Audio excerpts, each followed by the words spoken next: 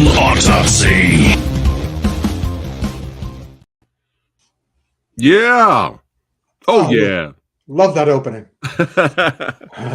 Oh, yeah. Oh, yeah. What is going on? It's your boy, Preston, Phat Samurai Guy, back again with Kung Fu Santa himself, award-winning author. That's right, Ric Meyers, Hall of Famer, hanging out with your boy today in another episode of Action Film Autopsy.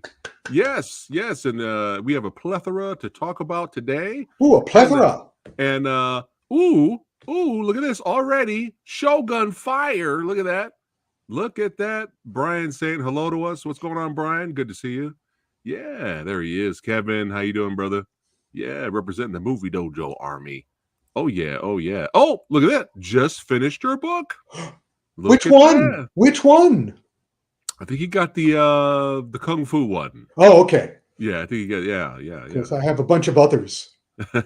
I'm just one's coming out in May. Oh, there you go. There you go. Stay tuned. Severio, how you doing? Good to see everyone here. Oh, yes, we have a lot to discuss. Is it time to get a piece of Rick? You want a piece of me? You want a piece of me? You want a piece of me? Oh, you want a piece of me? You want a piece of me? You want a piece of me? You got it! Get a piece of Rick. Still got a lot of stuff there, and new stuff being added every month because they have so much of my stuff. 45 pieces of art, 5 sacks of collectibles. So just keep checking out that Chimera Publishing on eBay. And if you see something you like, and you can always get in touch with me and say, oh, that's too much money. Can I get it for less? And I'll probably go, no. Yeah, no. I'll probably say yes, so don't worry about it. Yes, that link is in the description box below. Make sure you guys check it out. Get a piece of Rick. And speaking of getting a piece of Rick, it was Films of Fury. Yes, that's what. There we go. Well, I hope you enjoyed it. I'm amazed that it was written. It was written in 2010. Oh my goodness! I'm thinking of doing another book. I'm thinking of not on films because Ricky Baker and Keith, they have their new version of Hong Kong. Yeah. I think I was going to do a book on films seen through the Kung Fu filter. Because it turns out because I've been studying real Kung Fu for more than 20 years now, I probably see all these movies differently than virtually anyone else. Right. Yeah. I know more about real Kung Fu. Copy that. That's Rose 40. Good to see you. Yes. I'm sucking it in. I'm sucking in the gut. Hopefully one day I will be at Rick status. I will be at Rick status. Kevin says I'm getting more into martial arts cinema and film, so it was a great read. Look at that. All right. Well, remember, if you want martial arts cinema, you should read my 2 previous books, which were martial art movies and martial art movies from Bruce Lee to Jackie Chan and more. Films of Fury is a Kung Fu film book. It's not a martial art book. And I'll show you the difference. This is martial arts. This is Kung Fu. Yes. And we'll be doing a top 10 soon. We'll have to discuss, me, Rick, and Frank, our top 10 Kung Fu films and a top 10 martial arts films. Yeah, that'll be coming soon to the channel at some point. But let's go ahead and jump right into it. But we got to get the shout-outs out of the way. We got to get the shout-outs out of the way. I'm now looking forward to this more than me blabbering. This is, let's see it. Let's see those shout-outs. All right. So it's a new segment I've added since last month. Giving the shout-outs for a lot of these films that you guys may have missed these. A few of these actually came out last year, but these are just for fun. Got to represent, support independent cinema and genre films. Let's get it.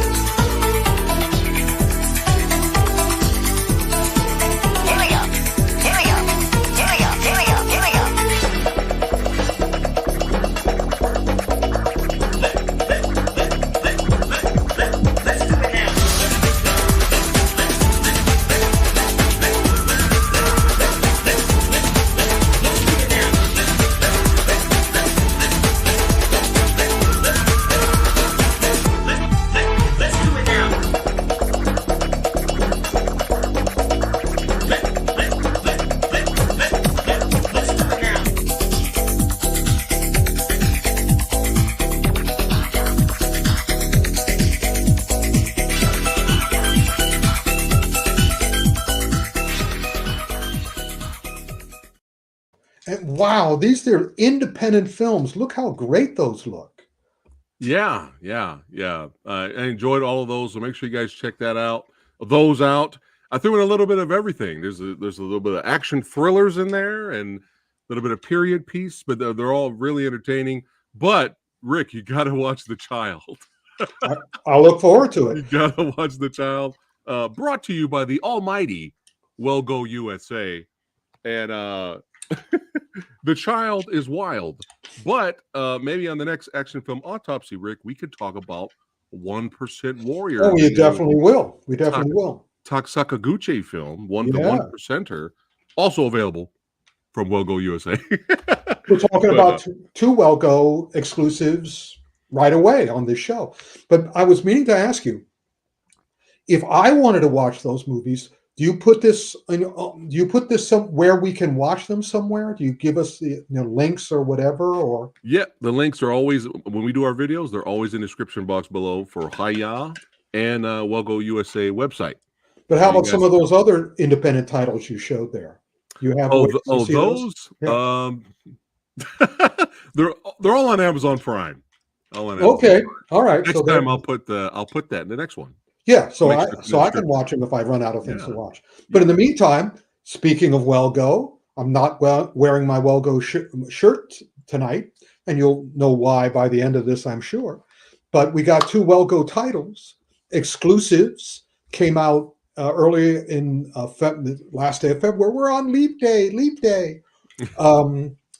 First, we already talked about this, but it came on officially onto Hiya, and that is the Jackie Chan movie Hiya. Hiya. Ride On. I was going to say Rock On. It's Ride On, and this is very much a love letter by a guy named Larry Yang, who's a filmmaker who did a couple of movies before, but he wanted to do a movie with Jackie. So he sent Jackie a script, and Jackie said, not good enough. And Larry went, oh, and Jackie said, I'll help you. And they worked together in a month and came up with the script for Ride On. And it is a love letter to Jackie Chan and his career. In the very first sequence, I saw this wonderful little homage to the tower scene in Project A, where Jackie falls off the clock tower. Yeah. There's an homage to it in the very first shot because he's playing a stuntman who is retired and dealing with all sorts of problems, but mostly because he had a horse that he used in a lot of his movies, but they wanted to turn it into glue. So he took it. So now he's struggling to survive. But at the same time, it's a sweet movie, just like most of the modern, we'll be talking about this with the next movie we talk about as well.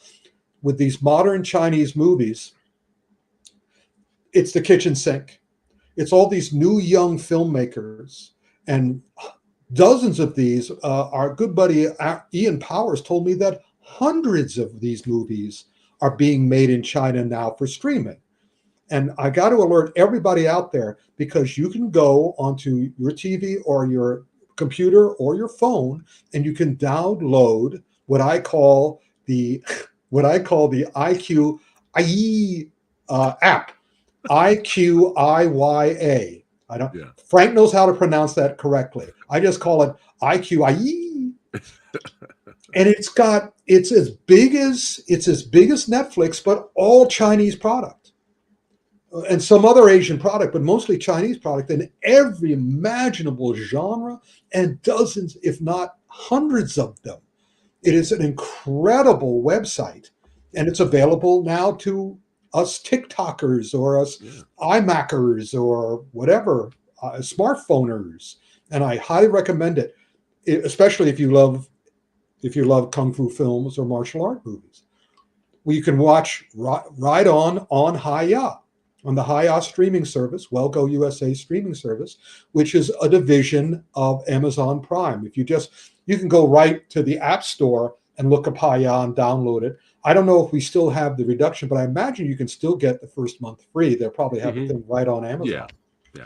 There's so many good movies. My friends who are making the documentary about me, they come over earlier in the week, and I showed them Eye for an Eye, The Blind Swordsman, and it's better the fourth time. Nice. right on Haya. The Kung Fu Stuntmen documentary, the Swordsman movie, and the upcoming film, the one I'm about to talk about, The Comeback. Yes, I saw the trailer for this, and I saw the cast, and I was like, I was excited, but I have not seen it yet. So how was it? It was a hoot and a half. A hoot and a half. That's why, or let's say 4 hoots. It's 2 hoots up. What it is, Okay. it's a Simon Yam movie. Simon Yam stars in it. Simon Yam produced it. This is clearly him. It's like everybody Wu Jing and Donnie Yen both had to figure out how they could work with a new normal in China. And so now all the Hong Kong stars are beginning to go, well, we can't get away from it. We are, we have to work with them. Let's figure out how we can work with them practically. So The Comeback, it is goofy. It is exciting. It is, what's the opposite of goofy? It's everything. It's all the yin yangs, but it's extremely entertaining. That's a shot right there. All right. That'll tell you a lot. And also, that's Andy on the right. That's Simon Yam on the left. And they go at each other. And there's kids in it. There's gangs in it. It's got 3 or 4 different plots. It keeps moving around. It keeps changing. And I like to fast forward to the fights. I didn't fast forward to the fights in this, although there are plentiful. There are many fights in this. That's one of the reasons I didn't fast forward. Another reason is that every time I didn't get bored. Okay. It just kept switching stuff up. Yeah. And examine the fights because they don't have the money or the time. And Simon, and also in addition to Simon, we have Norman Chu, who was I just remember he was the Bastard Swordsman. He's famous for being the Bastard Swordsman. He's in this movie, and of course Yun Hua, the great Yun Hua, who's Kung Fu Hustle, and Shang-Chi for that matter. He was in that as well, along with Michelle Yeoh. They're all in this, so it's kind of like a bunch of Hong Kong stars get together and said, let's have some fun, but let's have some exciting fun. So and watch, and it's very important. It's very satisfying ending, but it's not over there. This is one of the few Chinese martial art. It's a martial arts, but it's also got kung fu and it's also got action. It's got everything because of all these great guys. Yeah. It also has a post-credit sequence. Oh, thanks for telling us. Yeah. All right. Because I almost turned it off, and then suddenly it showed up and went, oh, nice. All right. The Comeback. Simon Yam versus Andy On. Let's go.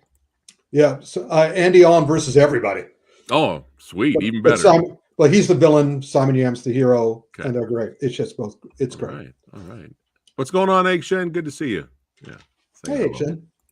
So now we get off of Haya. We got more great Haya stuff on next month, including Baby Assassins 2, which we'll talk about next month. But definitely check out the Haya or the Welgo site because they have a big giveaway with new Haya beanies and Haya backpacks. All right. And all sorts, and a new Haya and a new Welgo shirt. So definitely check that out because they're giving them away, but they're not giving them away. It's a contest. Right. So check out the contest because by the time we review Baby Assassins next month, the contest may have been over. Okay. Next, we're jumping on to Disney Plus. Disney Plus is still trying to figure out what they're doing. They're still working feverishly on all their sequels and their follow-ups, but we have one bit of Star Wars properties to talk about this month, and that's Bad Batch Season 3. This is very, very... My issue with this, I've enjoyed the first 2 seasons. I enjoy everything Dave Filoni does. Dave Filoni is a Star Wars scholar, and he also cares so much that he's not going to screw us over with nonsense like the last couple of Star Wars movies. So Bad Batch is good, but my problem is now, especially in this age of AI, I'm telling all you guys that the animated movies that are going to come out next year, It's going to be a whole new world with AI now. Going to be a whole new world. And so what's weird about the only thing that I have a problem with Bad Batch, very dense storytelling, very serious storytelling. Okay. But remember, animation is two major things. One is the design, and one is the actual animation, the way they move. And here, this is written extremely well. It's not written for a cartoon. It's written for a serious Star Wars movie. But because they've established this style in the earlier times before Disney bought Lucasfilms, the style of the animation does not fit the show at all anymore, I think. Okay. And do you have a picture from it? You can put the poster back up. Yeah. Again, this should be much more three-dimensional. This should almost be real, because the script is super realistic and dramatic and involving. And this animation is kind of like literally two-dimensional. And it really should be more. And it also, whenever I see the characters, put that back up. One of the things that Pixar and Disney has worked years on is the hair. They worked for years and years, and the fur on their monster characters and Monster Inc. and stuff. And it's super real. All this stuff looks like plastic when you watch the show. Everything looks like plastic. And it's like, no, it just doesn't. The style does not match the content. Gotcha. Still excellent content, though. So I'm looking forward to them, stop living in the past. It's kind of like the way I feel about the way everybody treats Bruce Lee now, which is let's keep him back to his 1970. Let's keep him in his 1973 self. And I'm going to be talking more about that pretty soon, as a matter of fact. And I go, move on, move forward, get better. Don't just keep the same old thing. I understand why they're doing it, because all the media now is trying to figure out what the future is. So I understand why they want to latch on to whatever succeeds and just repeat it endlessly. Right. But for me personally, I don't think that's the way to go, but I'm not doing that stuff. All right. So Bad Batch 3 recommended. I recommend that you maybe first start watching it, then close your eyes. And then just listen to the script and the sound effects. Imagine that it's a radio show or a podcast. Then open your eyes and see if you agree with me. We're going, yeah, the animation doesn't match it. Yeah. The animation should be better. All right. But anyway, but still worthwhile. Okay. Copy that. Next, we're going to Amazon. All right. And this is the code for February. February used to be the place where all the studios put all the shows they want, put all their dead shows and all their dead movies. This is where movies and television shows went to die. This is where studios and networks put the stuff that they thought would fail. But because of the pandemic and because of the strikes, they can't afford to do that. They've got to find out a way to make money, both in theaters and on television. So all the stuff now is what I talked about. They're all rehashes of things that have been successful before. And they're putting those out now because that's what they have available to them. Because the bigger stuff is still being made. I mean, tomorrow when Dune 2 comes out, and we talk about Dune 2 next month, then hopefully we might be able to save the movie theaters, because we'll want to go to the movies to see these big movies. Mr. and Mrs. Smith is very, very interesting. Have all of you seen the original Mr. and Mrs. Smith, which was Brad Pitt and Angelina Jolie? It's been a while. They were the original Mr. and Mrs. Smith, who were two spies, or no, in that case, they were two assassins married together. Right. This one are two spies who are put together and go undercover as a married couple.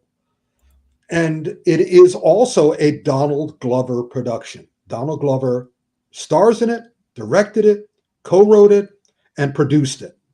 It is his. So Donald Glover is sort of like TV's version of Jordan Peele. He's trying to take stuff that is familiar and revolutionize it. And so Mr. and Mrs. Smith is really, oh, wait a minute, we got a message from Jen. I know you probably already saw, what did Jen say? Hold on. Because she was supposed to be on the show. I know you probably already saw it, and this is no special LLO, but this is where we are tonight. Oh, so they're somewhere else. Oh, okay, hold on. I'm gonna find out where they are tonight. I have to use my phone. Yeah. Hold on. No problem. Okay. It's 2. They're at Dune Part 2. Figures. It figures. Dune Part 2. Then I'm gonna have to say, then you'll have to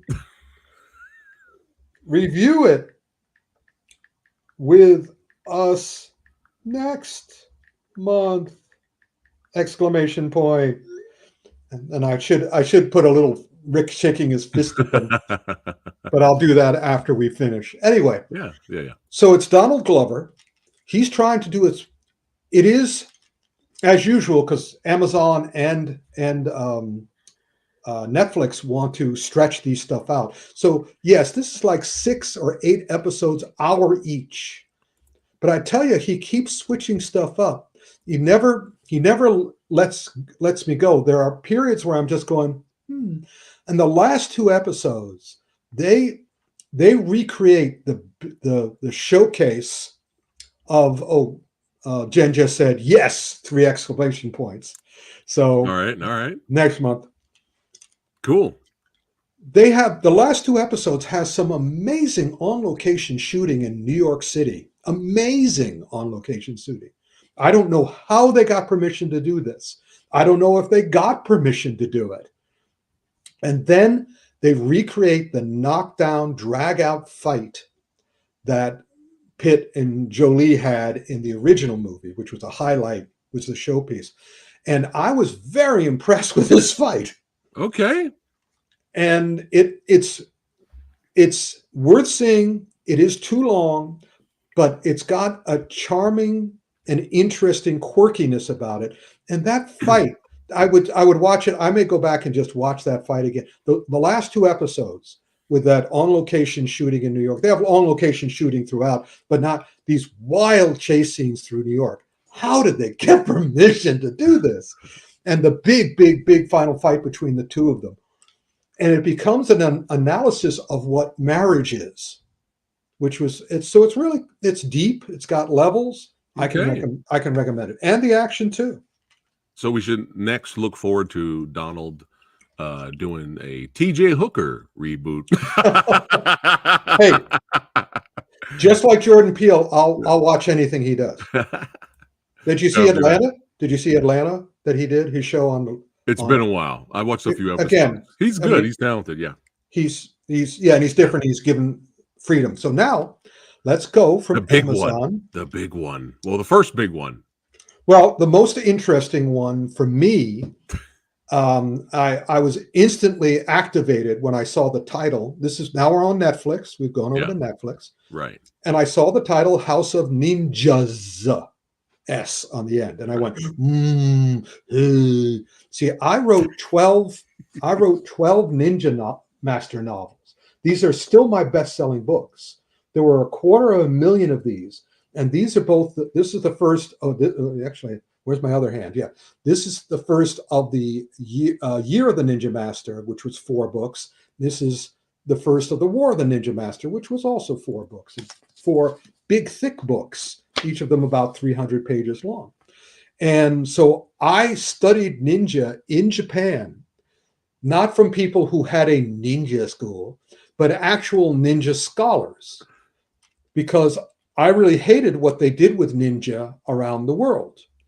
Especially, Golan Globus did Enter the Ninja and Revenge of the Ninja and turned the ninja into this cheap joke. And I was into Shinobi no Mono and Kaga no Gundam, the Japanese stuff, which was historical ninjas. So I found the fact they're using ninjas, plural, because the plural of ninja is ninja. It's not, we don't have an S on the end. But then I watched the show and I said, okay, I get what they're doing now. Because the show is made in Japan, Japanese cast, has a lot of Japanese in the crew. However, the creator of the show, the director, and the writer is not Japanese. It's a gentleman named Dave Boyle, who hasn't worked in a long time. His last major job was in 2014. So I was going, what's this all about? And then I'm watching it. Yeah, well, you should, because what he's done, I thought what he did was very interesting. If it were me, because I did the research, and if you read the books, and they're still available, although I believe there is one very hard to find, I think the third in this series of the 4 books in this series, I think it's up to like $800 because you can't find it anywhere, at least on the last time we checked on Amazon. Yeah. He decided, and I think very wisely, not to do what I wanted him to do, which is show ninja in the modern day the way the ninja would actually be, or the way the ninja actually are. Because the ninja could still be around. Certainly, whenever I mention Mosha, which are the Chinese predecessors to the ninja, to anybody Chinese, they get very quiet and they don't look directly at me. So I get the impression from them that the Mosha still exists. I would not be at all surprised if they did.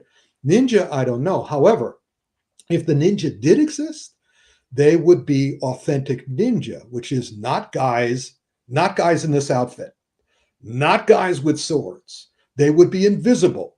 Ninjutsu is the art of invisibility. That's what it historically is. Right.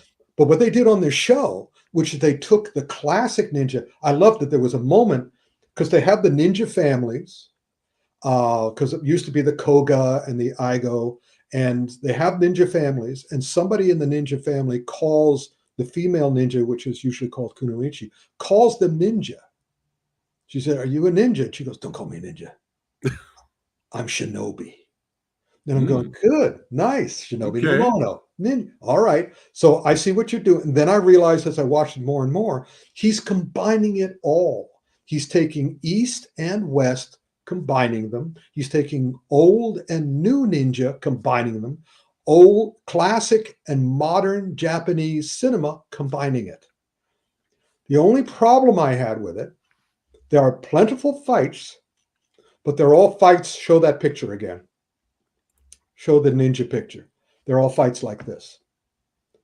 And on one hand, that's cool. You know, that's samurai fighting, that's ninja fighting. Yeah, I'm here for this. Like, you know me. Yeah. but go ahead. But it's not real ninja fighting. It's classic old ninja fighting. And these are modern ninjas. This takes place in the near future. So they wouldn't be running around with stupid swords, wearing stupid masks. But I understand why they're wearing stupid masks, because they didn't have a lot of cast members. So again, it's all the same stunt people, right, over and over again in every fight. That's how you do it. And also, you're able to put a stunt guy in the suit to portray the actual fighter. So there's a lot of sword play in it, a lot of sword play. Okay. But I wanted them to fight the way I believe real ninja would fight, which is, again, very sneaky, very smart. But instead, this is, again, the Netflix, the Amazon, and even the movie guys are looking for all you badasses. Yes. Because you're the majority.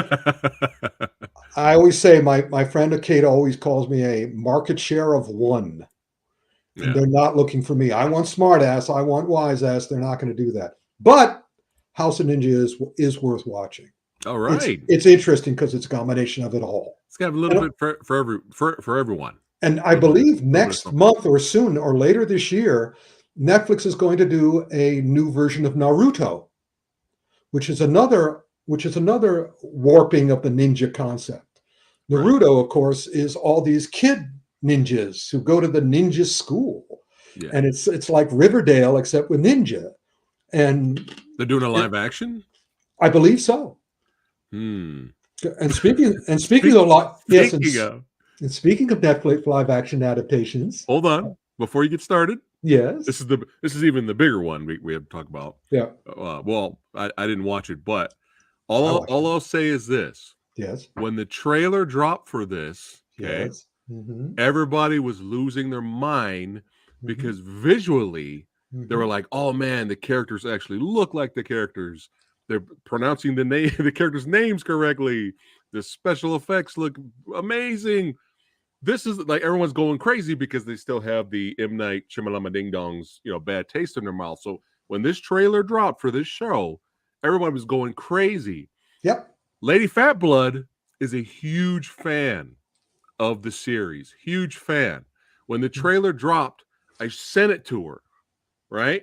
Mm-hmm. And her response, because I was like curious what she thinks about the trailer. Like she might go crazy. Mm-hmm. And I sent it to her, and her response was, "I'm not watching it." And I said, "Well, why not? Look, it looks awesome. I mean, look, the visuals. Look, the characters look like the characters look." And she goes, "Because live action anime, especially on Netflix, besides One Piece, doesn't really turn out right." And so she was just kind of really hesitant to watch it. And from what I'm hearing, Lady Fat Blood dodged a bullet. But Rick, what did you think about it? Well, again, I blame you effing badasses. It's our fault. It is very much your fault. Okay. Here's the situation. All right. Yes, there are two words that I used for Avatar. One of the words was pretty. Okay. Pretty, because great cast, terrific cast, really great production values, really beautiful photography. It's very pretty. Look at that cast. That cast is awesome. And then the other word I use is dark. Mm-hmm. All you need to know about the new Netflix Avatar is that originally, like One Piece, the creators of the original animated show were involved in the production of the live action. Okay. There's two, and then there was a moment where Michael Dante DiMartino and Brian Konietzko, who I've met, and we ran across the hall at San Diego Comic-Con and embraced each other after the M. Night Shyamalan one came out, and we all cried on each other's shoulders. So I know these guys, and they're incredibly honorable. Well, they walked away from the production. No. They were involved in the production, they walked away from it, saying, this is not what we created. Then the guys who were doing it, which is Albert Kim, predominantly, he went public with, we are trying to attract the Game of Thrones crowd. Oh God. And my attitude, it's like Albert. Yes. Albert was was told to do an adaptation of Bambi, and turned it into Godzilla. So on the one hand, and also I had a reaction to my reviews, which is that if you haven't seen and don't love the animated version, you'll probably be fine. You'll probably be fine. Right. But it is a bummer. This is a bummer. It is dark. And the thing that bothers me as a writer is the scripting is terrible. The scripting is all the characters don't show you who they are. They tell you who they are. Right. They don't show you who they are. They tell you who they are over and over and over and over and over and over and over again. It's some of the weakest, lamest writing. Everybody's, and you know, we go from action scene. And on the other thing, you can guess why. I've mentioned this many times. One of my biggest problems with modern fight scenes, especially of Kung Fu, and make no mistake, Avatar, The Last Airbender is pure Kung Fu. It is not martial arts. The problem is that everybody has limited knowledge. It's all the Bruce Lee fans. They know what Bruce Lee is like from what Bruce was like in 50 years ago. They don't know what Bruce would have become. They just keep him back in 1972. It's 1973. And so what happens is that it's the same thing.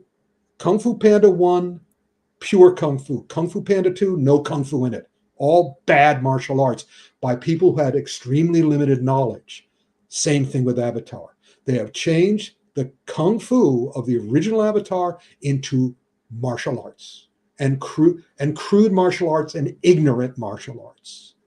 And, you know, you can imagine how delighted I was.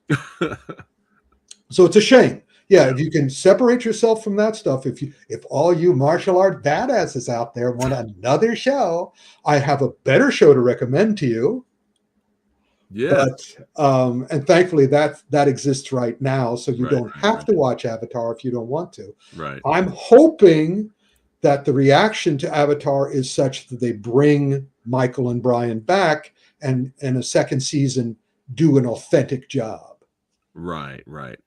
Kevin, Yeah. this you know Berserk is my stuff. You know Berserk is my shit. I think it's impossible. It's literally impossible to do Berserk in live action because it's too graphic. It's too trigger warning. They can't. For today's modern audiences, no way. There's no way in hell they could do a live action Berserk. No way. I'll check it out. I would say if A24 or one of the horror guys got it, No. I don't think there'd be a problem. It's too much. Berserk, the stuff that visually they show in Berserk, yeah, it makes A24 look like Disney. It's not even close. Well, all right. It would have to be more than visual, because any given episode of Rick and Morty is pretty wading in blood. So, but be that as it may, I'll leave that to you. I'll check it out and see what I think. Now let's go on to what everybody should have done. Okay. Which is Shogun. Yes. This is the way I think people should do remakes and reboots. You should treat your remake or your homage the way Jackie Chan did. Jackie Chan saw Bruce Lee and he said, well, okay, I see what Bruce is doing. What can I do to do a different approach to that same subject matter and surprise people and delight people? And that's why Jackie became a superstar, because he did the opposite of Bruce. And what Shogun did, which certainly Iron Fist didn't do, which is take the actual book, James Clavell's awesome book, and adapt it the way it's written, not the way Tom Cruise did The Last Samurai, which suddenly made it all about the white boy. This is a show about Japanese history. Okay. And it's done very authentically. And of course, it stars one of the greats of all time, the last great samurai, Hiroyuki Sanada. Yes. Who I knew him back in the day when he was working with Sonny Chiba. And it's written and produced and directed at times by Rachel Kondo and Justin Marks. And Justin Marks, unlike the guys who did Avatar, the Albert Kim, he did Nikita television show and Sleepy Hollow television show, which is not too good. But the Shogun guy, Justin Marks, he did Top Gun Maverick. So he knows how to do his action. He's the one who's doing Shogun. And it's pretty authentic. It doesn't have limited knowledge, and it's just beautifully done. Nice. And it's not a white boy fuck up. But speaking of white boy fuck ups, I know your thoughts on The Last Samurai, but did you at least like the ninja attack? The ninja attack at the party scene in that movie? I don't even remember. I don't even remember it, because it was movie ninja. It wasn't real ninja. Okay, because if the ninja had attacked in real life, you wouldn't have known. That's the whole trick of ninja, the art of invisibility. People would be dropping dead all over the place, and nobody would know why. And then we could have gone back, the scene, and you would have seen a waiter going by, a dancer going by, and you would see them do something, you would see them do something, you would see them do something, but nobody else would see it. That's ninja. Putting poison in the sake. Putting grease on the floor. One of the great stories of ninja. This is one of the things I was inspired by. I think I may have mentioned it in one of the books, which is, this is actually what a ninja did. A ninja had to create fear in his victims. Right. So he went to the castle where he was going to go in and get the warlord at some point. And he watched it for a month, and he saw where the moon was and how the moon changed. And so one day he dug a hole, and he got a whole bunch of ash from a fire, and he put ash in the hole.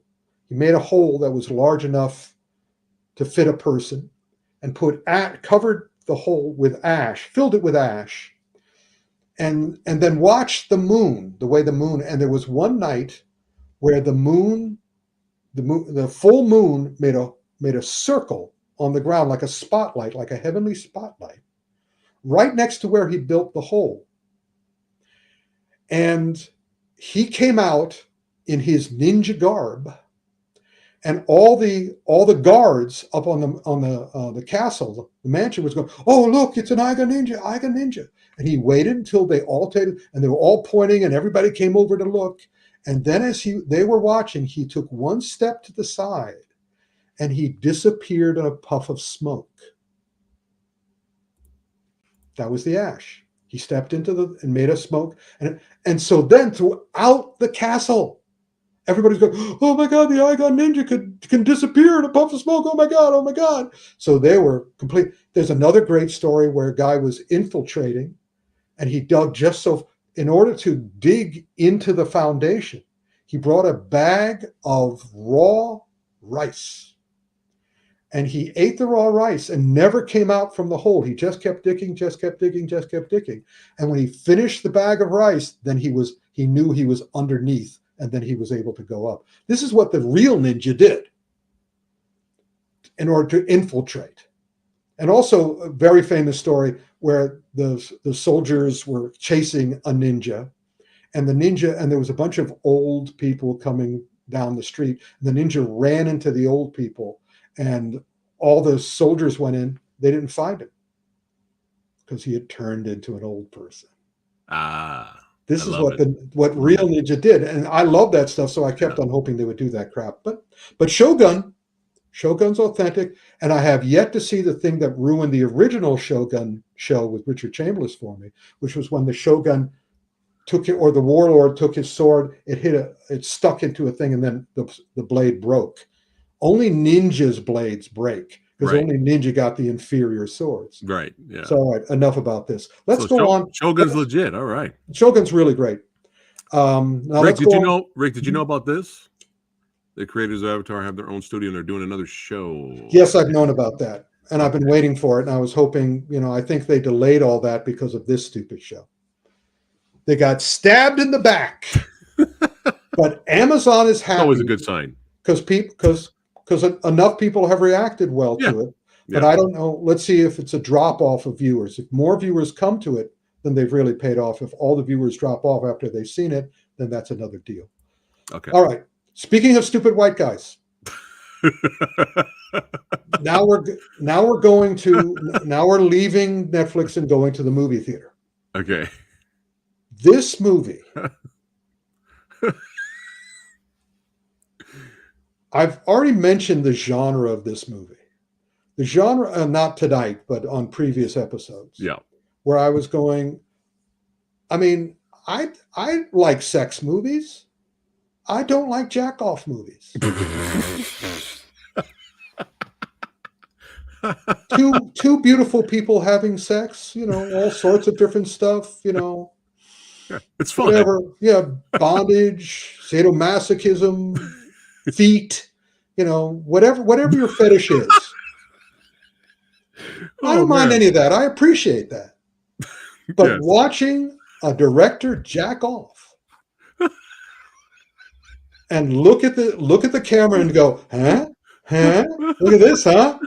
Aren't I clever? Aren't I smart? Aren't I cool? No. Argylle is one of the most masturbatory movies I've ever seen.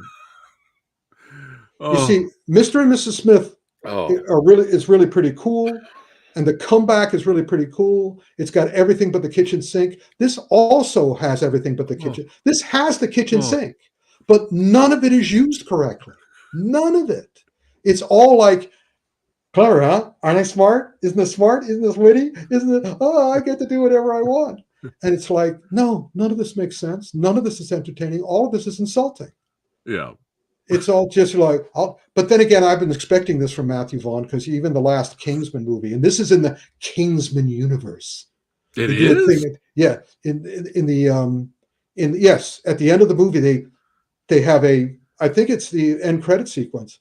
It's somewhere in there, but yeah, they connect it up to the Kingsman, Right. and it's like, Oh, God. I but it's heard, terrible. It's yeah. terrible. I heard that it was like It's the yeah, female version of the Kingsman, but yeah, it's but in the insulting. universe. It's Oh, insulting. gotcha. But I didn't like the last Kingsman movie either. The last one, I think, one that had Elton John in it. Kingsman. Yeah. The old one, the one that takes place at the Right. The beginning of the history. prequel. Yeah. Yeah, Matthew Vaughn. Yeah, again, that's a great example. That's why I sent you that picture. That's a great example of where this movie goes. Again, great cast, Right. but they're at the mercy of just what's the English term? It's something to something by half. But whatever, it's just It's poppycock. it's more. It's no, it's masturbatory. So your cock does pop. It is popping cock. Welcome It's back true. to another spicy episode of Action Film Autopsy here. Spicy Santa. Spicy Secret Santa. I like that. Spicy Santa. Hey, Oh. I tell it like it is. I found no other way to describe this movie. Right. It's so insulting. I mean, it's like you go to the movie theater and you get squirted in the face, and it's like, what the fuck? Man, come on. Oh, it Be sucks nice to me. because Matthew Vaughn's so good. It's just kind of Well, I what's disagree. happening. I disagree. I mean, Oh. I remember I semi-liked one of his movies, but did he do Baby Driver too? No, that's No, that was somebody else. yeah. But anyway, no, I haven't enjoyed Matthew Vaughn stuff because he's lost control. Mm. I think Kingsman 2 was the beginning of the downfall. I agree. I think, and I didn't like the original Kingsman that much either, especially the ending. Oh, Where the hero just sort of goes, whatever. Oh my goodness! All right, well, I actually almost tried to go see this in theater, but I couldn't. I didn't have the time. So good thing I missed it. And another hint here is that the screenwriter of Argylle is Jason Fuchs, who also wrote Ice Age, Continental Drift, and the choreographer was Guillermo Crispo, who did Kingsman, Shang-Chi, Second Unit. He did Solo, so you know the quality of the fighting there, and Batman v Superman and Riddick. So Argylle was not a happy place for me. Yikes! All right, pass on that one. And now the big one, the biggest of all the biggest, the mystery, forget Shogun. Forget the comeback. Forget Mr. and Mrs. Smith. Forget all the good stuff. It is time. Rick, here we go. How was the Web of Madam? Was it Webbin time? Was it Madam time? Actually, it was Webbin time because, as I said, I believe last time, I love because I'm more than just spicy Santa. I'm also Sherlock Santa. Mm-hmm. I like to be Sherlock Sifu Sherlock. When a movie like Madam Web shows up, it's a mystery to me. Yeah. I'm going, to borrow the name of a podcast, how did this get made? Right. I want to know, I want to solve the mystery. How did this happen? Yes. How did this is a knowingly bad movie. It was kind of like I was reminded of Diamonds Are Forever and Star Trek VI. In that, I watched both those movies and I knew something was wrong by the way they dressed the star. The wardrobe for Captain Kirk in Star Trek VI, who he was directing the movie. I told my friends I was seeing the movie with, I said, you can always tell when a crew doesn't like an actor because they light him badly, they dress him badly, whatever, because those are the obvious things. And it's the same thing they did with Sean Connery in Diamonds Are Forever. I mean, he did it to himself. He was doing that on purpose. He had a double chin. His wig was the worst one he ever wore in the series. And the costumes were all too short and all the rest of it. Yeah. Yeah, Sony is just trying to keep the rights for Spider-Man. But the question is, they don't have to do it really, really poorly. I mean, this one was, again, this movie was kind of like the producers kind of pulling the curtain back, the Wizard of Oz pulling the curtain back, looking at the audience and going, "Fuck you." Really? No, we're not kidding. Really? Fuck you guys.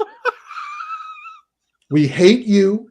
We hate the subject matter, and we're going to treat you the way we think you deserve to be treated. Oh.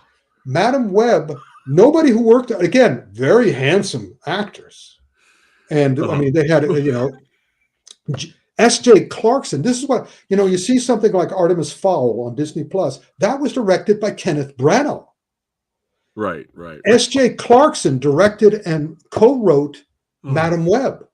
What you see on the screen is not what she directed, is not what she wrote, but she is helpless because of her contract for whatever. She has to take whatever they do to her. They went into a wonderful dear friend of mine, the late Mike Robb, had a wonderful bunch of comic book stores called the Dream Factory.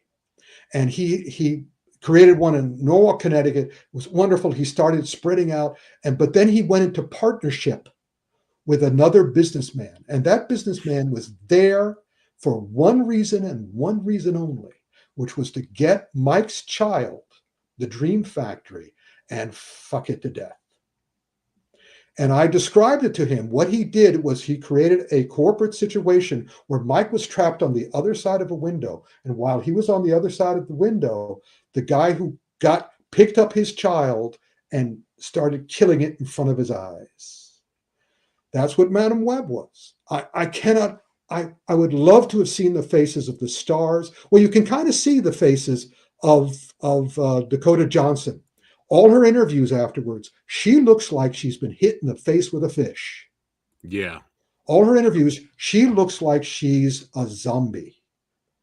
And the movie, again, the thing is, the villain is so badly dubbed. Every single one of his lines. Yes, the film was not changed a lot. It was disemboweled. Yeah. The whole movie was disemboweled. They redubbed all the villain's line with bad dubbing, with the worst Godzilla dubbing ever, with a voice that doesn't fit his face at all. Oh, God. The whole thing was just a mess. So I started doing my detective work. Mm-hmm. I got in touch with my buds. Because as I told you, I was on the set of Superman. I was on the set of Alien. I was on the set of Moonraker. I was on a bunch of places.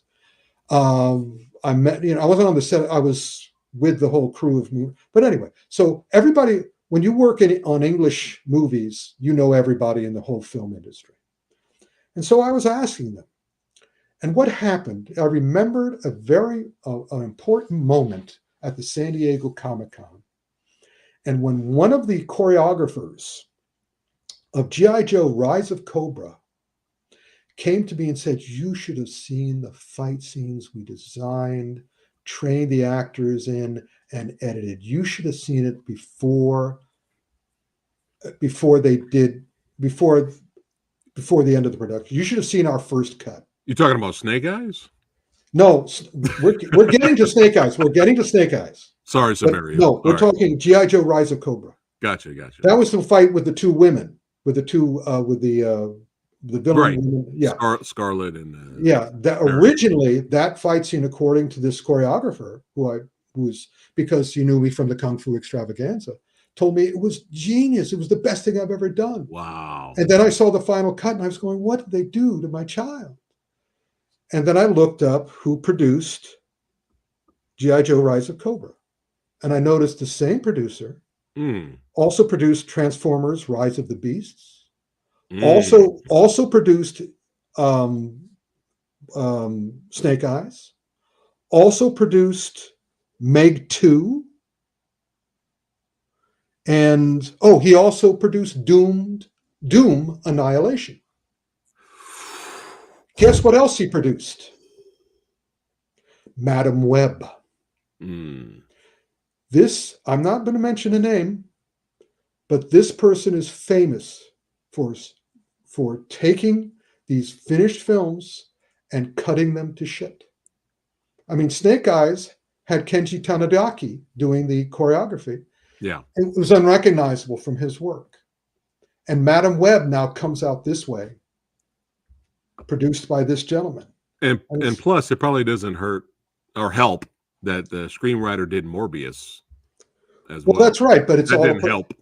They were probably hired by this producer. Right. Yeah. Gods of Egypt is a masterpiece, Geeky Andre. Madam Web is at least Madam Web is at least entertaining. Is it? Yes, because there's no way to watch that movie without this expression. What is going on? And also feeling for the actors. The actors are lovely. Look at all those lovely, lovely actors. And they, if you pardon the expression, they were fucked over. Yeah. This was done by one of these old school guys. Because I've seen this throughout the history of filmmaking, which is we have to prove that women can't open an action movie. We have to prove it. We have to show that women can't do it. So we're able to say, remember that thing that I've heard producers say this in Hollywood. I've heard people talking to Jackie Chan's face. I heard a guy insult an Oscar-winning black actor with the N-word. I mean, and these are major producers. So this guy is an old school producer who I think just fell into the usual thing that we have to prove that women can't open an action movie. So we will sabotage the film afterwards. It's really, I was hoping, why does that only happen here? I don't think it only happens here, but it happens mostly here. I mean, you have movies like The Heroic Trio. That was a hit when that came out. But here it's Birds of Prey, it's the Marvels. Well, English speaking. Remember the culture, because I'm not limiting it to America. There's also some of this stuff going on in England as well. Okay. But not as egregious. Right. I mean, we have these old school guys here.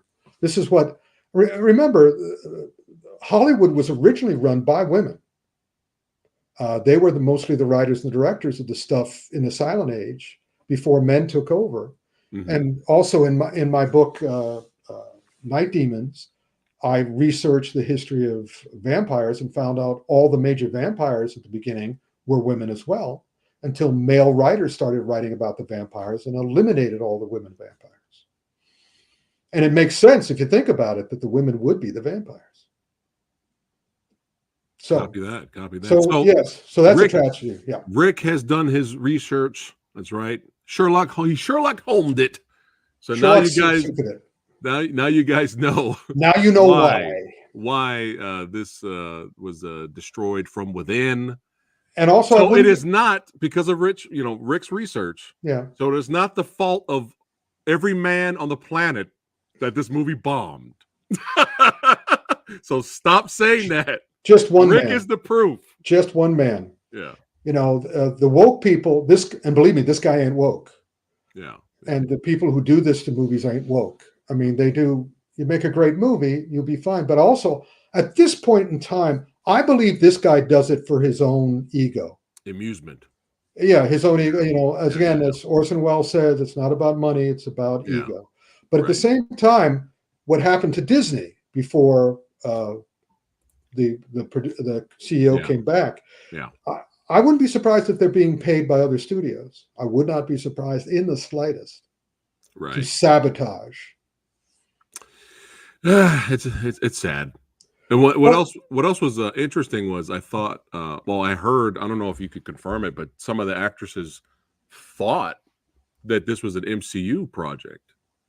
That's why they signed the contract. Like, yeah, we want to be a part of this. They didn't even know that this was like a Sony Marvel project. No, they'll do what Sony always does when they do this, which is it's like Spider-Man No Way Home. It's like Spider-Man Across the Universe, across the metaverse. You see, those are also Sony movies. Right.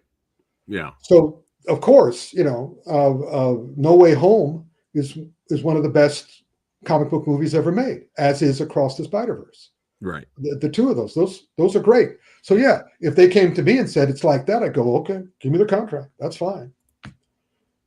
But then they'd have to read the contract, and if the contract says, yeah, because watching these women, they're doing great promotions. The same thing. All the Avatar guys, all the Avatar actors are doing wonderful promotion for the show, for the movie too. yeah. And but they're not. They don't look like they're stunned. They don't look like they're hit in the face with fishes. Deer in the headlights. Yeah, they look very. They actually look quite happy. So well, good for them. Good. I wish them the best, and I wish my Avatar guys the best if they are actually going to do another show. Yeah, for sure. We'll see what happens. All right. Oof. But we got tomorrow. We got Dune 2. There you go. Wow, we actually finished and a little bit over an hour. I'm surprised. Yeah. Well, we're always like an hour and a half. Well, that's because we had more movies in January. We'll probably be over an hour and a half next month too, because we have more movies.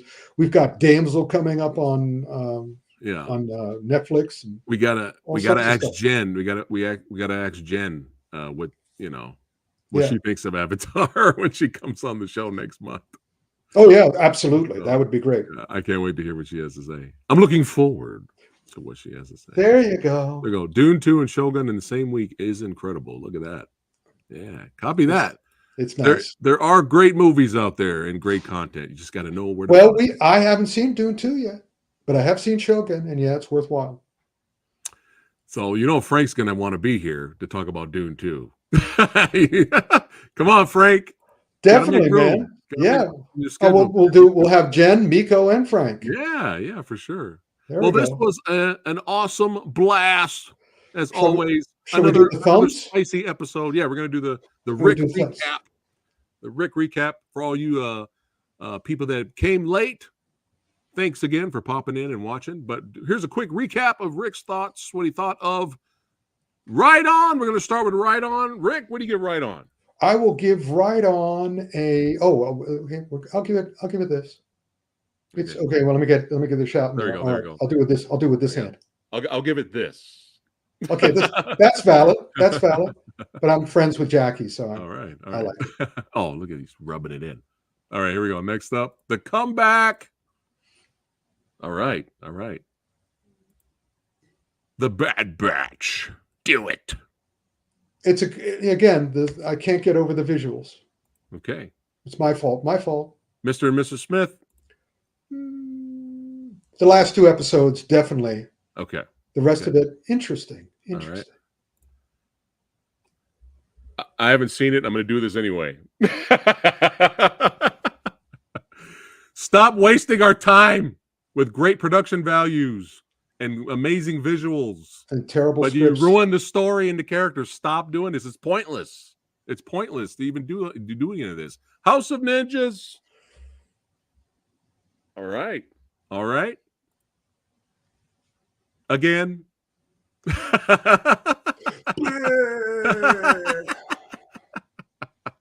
All right.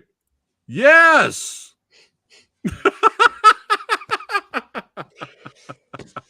Hold on, I have to wipe the stuff off my face.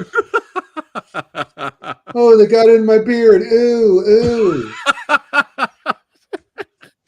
Very bad. Oh my goodness. Now, what am I going to do for? That one. Already did that one already. Sorry. What are we going to do with Madam Web? You got to be honest. I get it. It's just it's not the actor's fault. But if it's destroyed from within, what are you going to do? It's a terrible movie. Yep. It's an entertaining terrible movie. Hopefully it's good bad, but we'll see. There was a versus request for Madam Web versus Morbius. I say let's have fun. Because it's too obvious the Morbius is going to win. That's like a landslide. I say I'm probably not going to be on that show. He's going to skip that one. Yeah, I say let's have fun. Madam Web versus Catwoman. I want to talk about how something great is how something's great rather than how terrible it is. Yeah. Look at that. But next month's you at the beginning of the show you had a scene from one of the movies we're doing for next month's verses.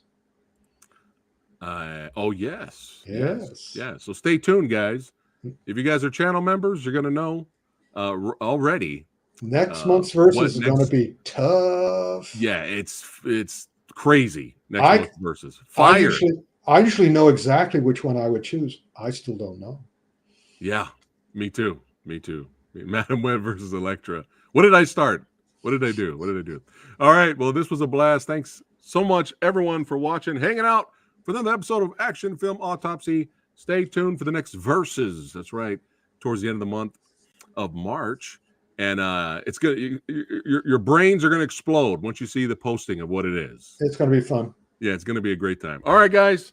Thanks again for watching. Follow Rick on Instagram. Check all the links below. Check out the store. If you enjoyed yourself today, I'm sure, I hope you did with all the spiciness today. You got to love it. You got to love it. Just being honest. Yeah, you got to love it. Don't forget to like, share, and subscribe to the Old Samurai Guy. And I'll see you guys on the next one tomorrow night at 5 p.m. Pacific time. Movie Dojo podcast is back. We got more special guests on the way, especially even Saturday as well. And Samurai Guy's nonstop. I don't know. I might need a break. We'll see. Treat yourself well. Yes. Treat yourself well. Great advice from the Spicy Santa. All right, guys. Take care. See you on the next one.